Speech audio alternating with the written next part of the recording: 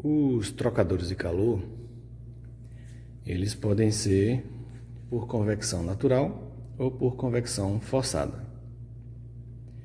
Se o fluido que está na parte externa do trocador de calor for o ar, nós chamamos esse trocador de calor de convecção a ar, natural ou forçada.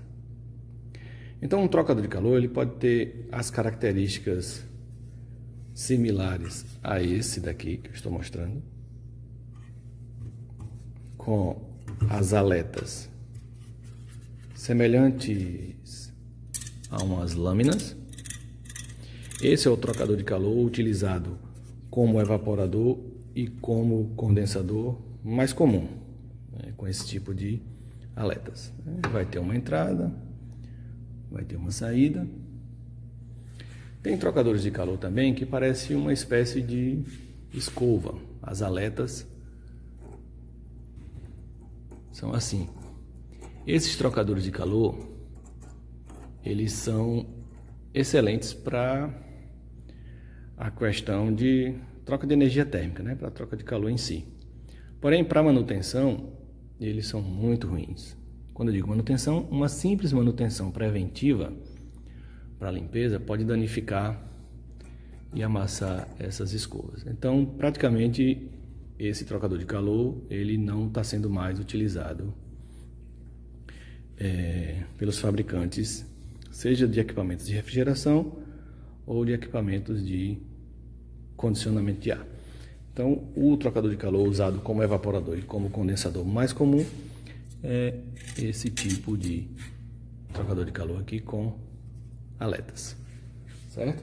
E como eu comentei, a convecção pode ser forçada com um motoventilador.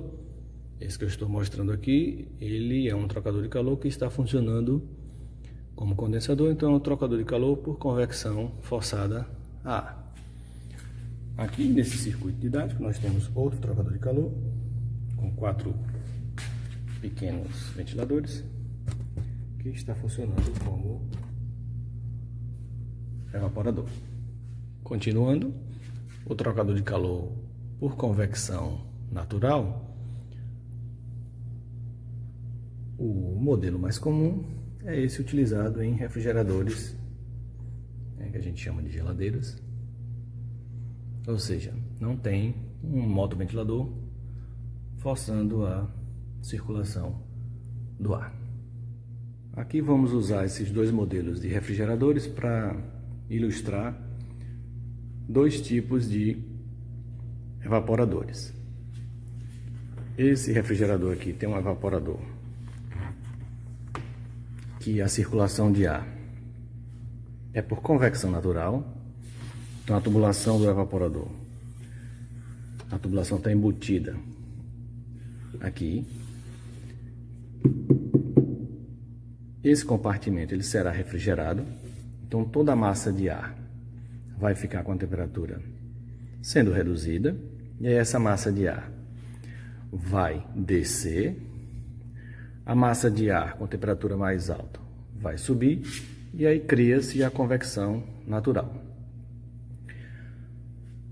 Aproveitando, quando os refrigeradores têm convecção natural, as prateleiras são vazadas, então não pode colocar toalha, não pode colocar aqueles plásticos, porque vai impedir a circulação do ar. Se impedir a circulação do ar, a tendência da temperatura na parte de baixo aumentar, e aí os alimentos aqui podem e irão, né, estragar com mais facilidade. Então, aqui é um trocador de calor, a tubulação está aqui dentro, embutida, com convecção natural. Nesse caso aqui nós temos um trocador de calor com convecção forçada.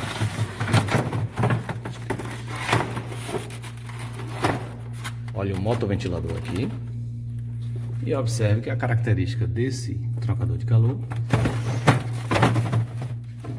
é semelhante aos outros, ou seja, com aletas. Então existe um ventilador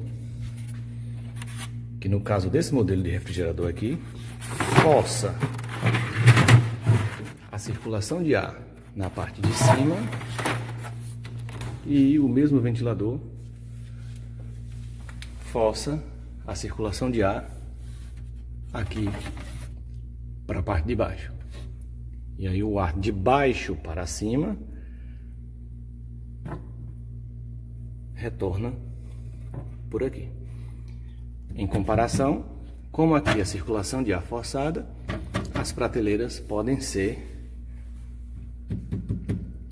totalmente fechadas, como essa, diferente do modelo de convecção natural. Comercialmente, esses modelos de refrigeradores são chamados de frost free, que basicamente seria livre de gelo. Mas na verdade é livre de gelo aparente, né? A gente vai explicar em outra aula o funcionamento detalhado dos frost free. A formação de gelo, claro que vai acontecer na superfície do evaporador, só que é livre de gelo no sentido de o consumidor, não é? O usuário, não verifica e não procede com o descongelamento manual.